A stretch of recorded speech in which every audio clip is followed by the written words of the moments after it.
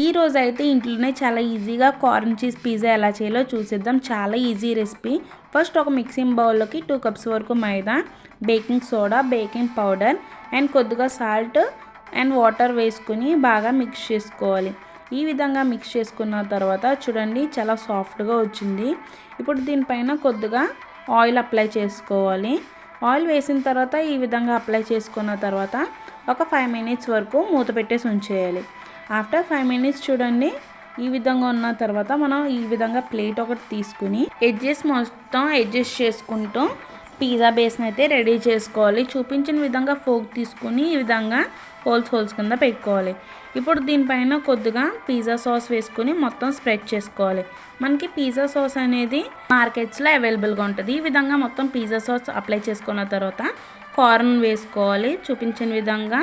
And pizza cheese, మార్జిల్లా cheese అయితే వేస్తున్నాను.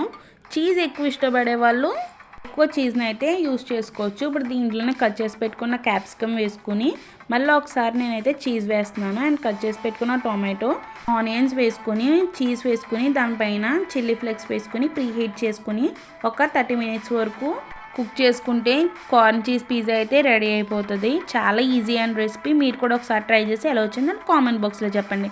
And వెళ్ళే ముందు మన ఛానల్కి like, share and subscribe for more video.